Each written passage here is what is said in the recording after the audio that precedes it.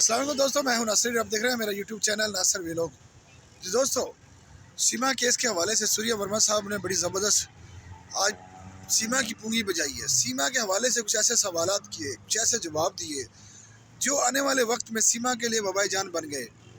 मोमिन मलिक साहब के बारे में कहा कि मोमिन मलिक साहब ने वो अहम विटनेस, हर एक अहम बात, एक अहम पेशरफ्त किया है जिस तरह से मोमिन मलिक साहब ने एक्सपोज किया। दोस्तों, मोमिन मलिक साहब बखूबी आप जानते हैं कि इंडियन एक लॉयर हैं और लॉयर ही हक और सच की बात करते हैं। पिछले तकरीबन 8 से 10 माह हो चुके हैं, 10 से 11 माह के करीब ये केस होने को है।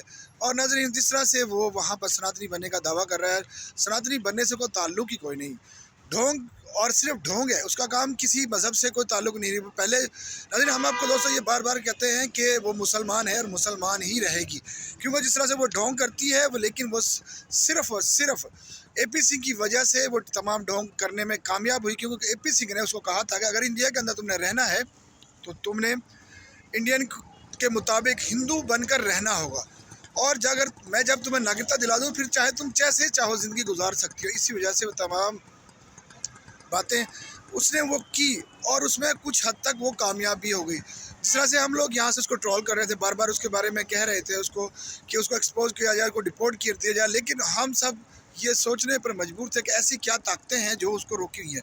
क्योंकि AP सिंह ने बाज़ाहिर तो दिखा दिया था कि वो उसको किस तरह रोक रहे थे, और उसको जनाब दिखाया कि कुछ सचिन मीना का हो, यानी सीमा मीना का हो, सीमा हैदर ना कहो, सीमा मीना का हो, यानी ये सचिन मीना की बीवी हो गई है। दोस्तों, यही बात उसके गले का फंदा बन चुकी है।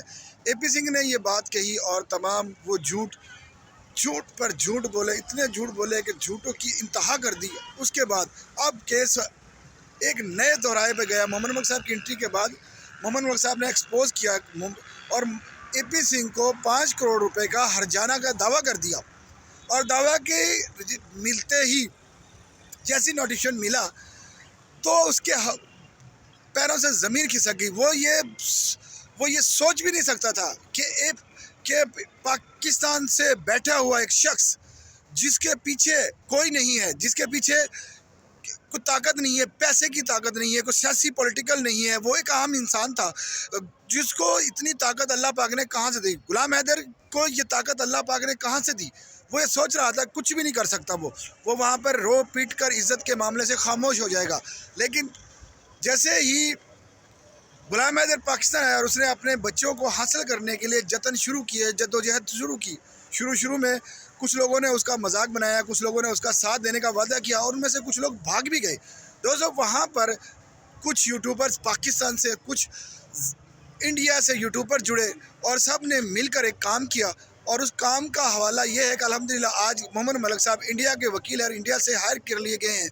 और ये तमाम काम रोशन अजीम साहब और इंसार बरनी की वजह से हुआ। उन्होंने मोमिन मलिक साहब को जिस तरह से इस केस में लिया, और तमाम वो जनाब पूरी तरह से मोमिन मलिक साहब ने इस केस की ज़िम्मेदारी ली, और ज़िम्मेदारी लेते ही उन्होंने जनाब इसमें प्रोसीडिंग शुरू कर दी। नाज़रीन, सबसे पहले मोमिन मलिक साहब ने इसके बारे में कहा कि 4 बच्चों को लेकर अनलीगल तरीके से इंडिया में प्रवेश करी। मैं इसके ख़िलाफ़ इसी बात पर, इसी मुद्दे पर मैं इसके ख़िलाफ़ केस करूँगा। और नाज़रीन, उन्होंने केस किया और सबसे पहले मांग यही की कि अनलीगल तरीके से बग़ैर पासपोर्ट के, बग़ैर वीज़ा के ये कैसे इंडिया के अंदर दाखिल हो गई। अपने कानून का मजाक, इंडियन कानून का मजाक बनाया, तो इसीलिए उसके ख़िलाफ़ एक कानूनी कार्रवाई की। दोस्तों, इसके बाद हमने यहाँ से पूरी तरह उसका जद्दोजहद की, और उस जद्दोजहद में हम कामयाब भी हो गए।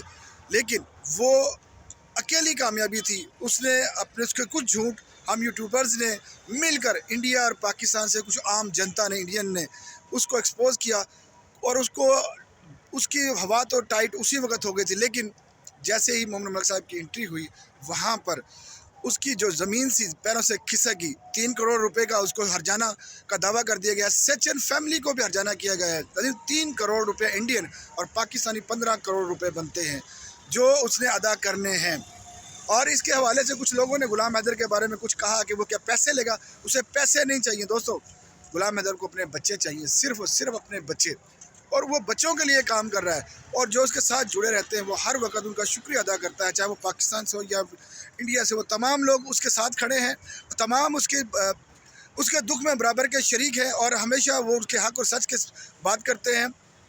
उनके बारे में कहा गुलाम हैदर कि मैं उनको तहे दिल से मशकूर हूँ, शुक्र अदा करता हूँ तमाम दोस्तों को, पाकिस्तान से हो या इंडियन से हो, और उन बहन भाइयों का तमाम का शुक्र अदा करता हूँ जो मेरे साथ खड़े हुए हैं।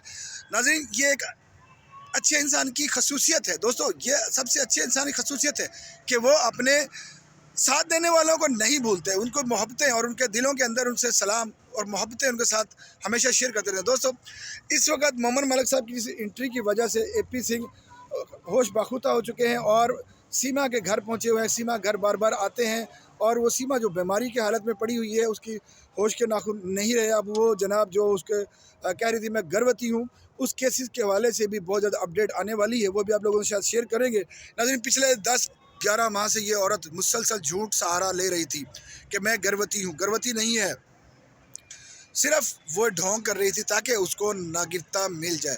दोस्तों, यहाँ पर ताकि कुछ टाइम मज़ीद मिल जाए, अगर वाकई ही वो प्रेग्नेंट है तो दोस्तों उसको कुछ वक्त मिल जाएगा, क्योंकि वो ये इसीलिए मिल जाएगा कि वो एक बच्चा पैदा कर ले इंडियन ब्लड का, ताकि उसको वहाँ पर नेशनलिटी मिलने में आसानी पैदा हो जाए। और इसी वजह से कि वो अपने ब्लड के लिए तकरीबन 9 माह तो ये दरकार हैं, और उसी के लिए परवरिश के लिए मज़ीद 3 से 4 साल उसको मिल जाएंगे। दोस्तों, इसीलिए वो ये ड्रामा कर रही थी, और ये तमाम गाइडलाइन देने वाला AP सिंह था।